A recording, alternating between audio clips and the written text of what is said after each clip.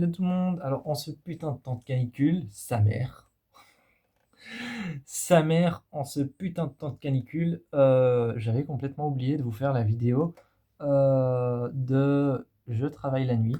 Donc ce concept, pour ceux qui me suivent, je travaille la nuit, c'est que je travaille réellement la nuit et je ne travaille pas réellement la nuit, mais la nuit, je construis, heu, je construis le contenu sur ma chaîne, j'en fais le squelette, j'en fais la synthèse et la journée, je le fais.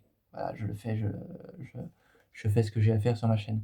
Mais la nuit, je ne fais que la synthèse, le squelette et en ce putain de temps de canicule, sa mère, j'avais complètement oublié de vous dire quel film j'ai regardé. Parce que oui, je regarde toujours des films quand il m'en reste le temps, parce que s'il me reste pas le temps de regarder un film, bah, je vais pas en regarder un.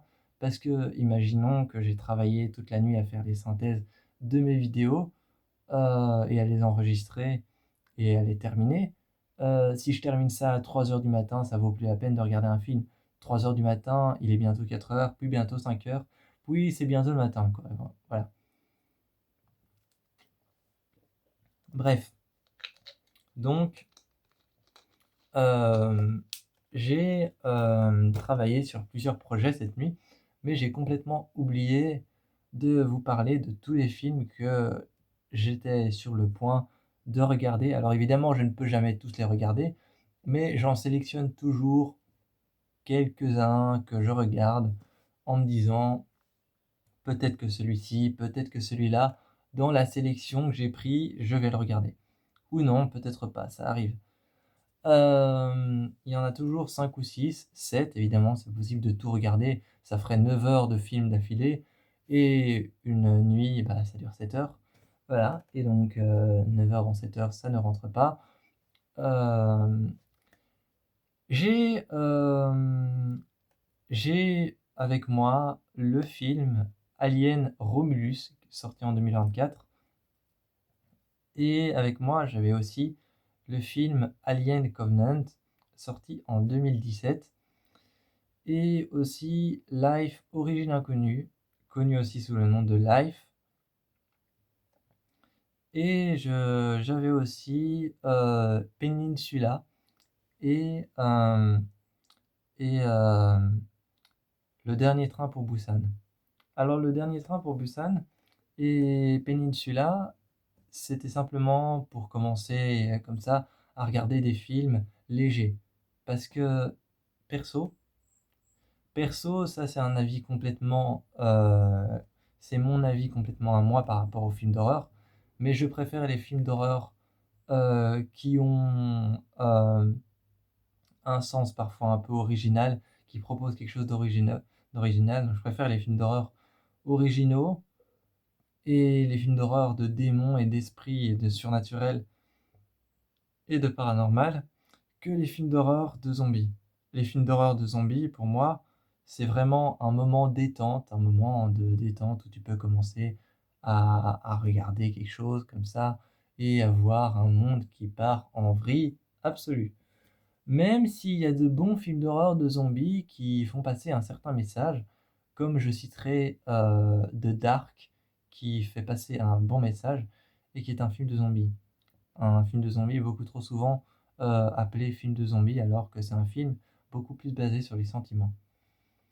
Bref d'ailleurs dans la situation, que je vous décris, si vous avez vu qu'il y avait énormément de films d'horreur sur, l'espace, c'est parce qu'en fait je suis en train de travailler sur une histoire qui se passe dans l'espace, qui est un peu similaire à Alien et tout ça. Et d'ailleurs avec les films d'horreur dans l'espace, il y avait Cloverfield Paradox, qui est celui qui est le moins aimé de la saga, de la trilogie, Cloverfield. C'est celui qui est le moins aimé parce qu'on change de trajectoire, on est dans l'espace, mais avec un paradoxe temporel et un paradoxe mondial autour de la Terre. Enfin un paradoxe physique, pas mondial. Et c'est celui qui est le moins aimé. J'avais aussi Underwater, mais vous allez me dire, attends, c'est pas un film qui se passe dans l'espace. Underwater se passe pas dans l'espace, se passe dans les profondeurs des abysses de la fosse des Mariannes. donc il fait noir, il fait profondément noir et obscur, et c'est l'atmosphère que je recherchais, même si ça se passe sous l'eau. Alors, évidemment, je vais pas vous donner tous les résumés, mais Alien Romulus, on suit des jeunes qui vont s'introduire dans un vaisseau incubateur de ces créatures,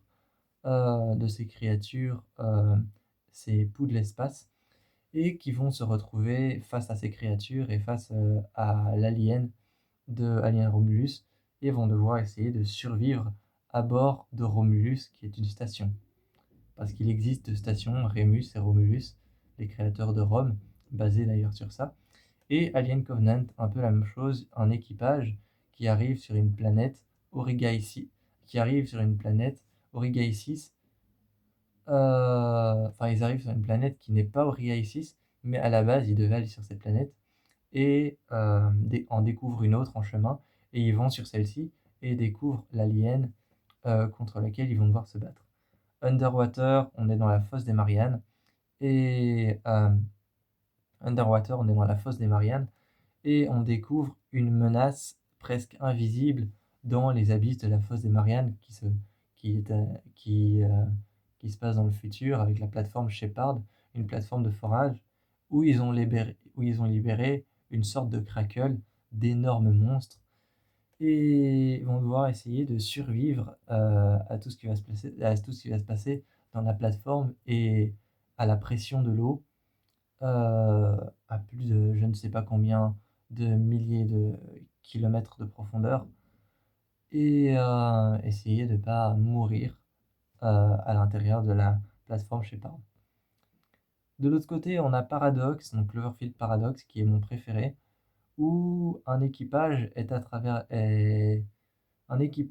se retrouve transporté à travers un paradoxe en plein milieu d'une mission dans l'espace. Ils se retrouvent transportés dans un paradoxe à l'intérieur de leur vaisseau. Et le paradoxe, c'est qu'ils vont se retrouver face à une existence qui n'a jamais été la leur, un peu style genre le multivers.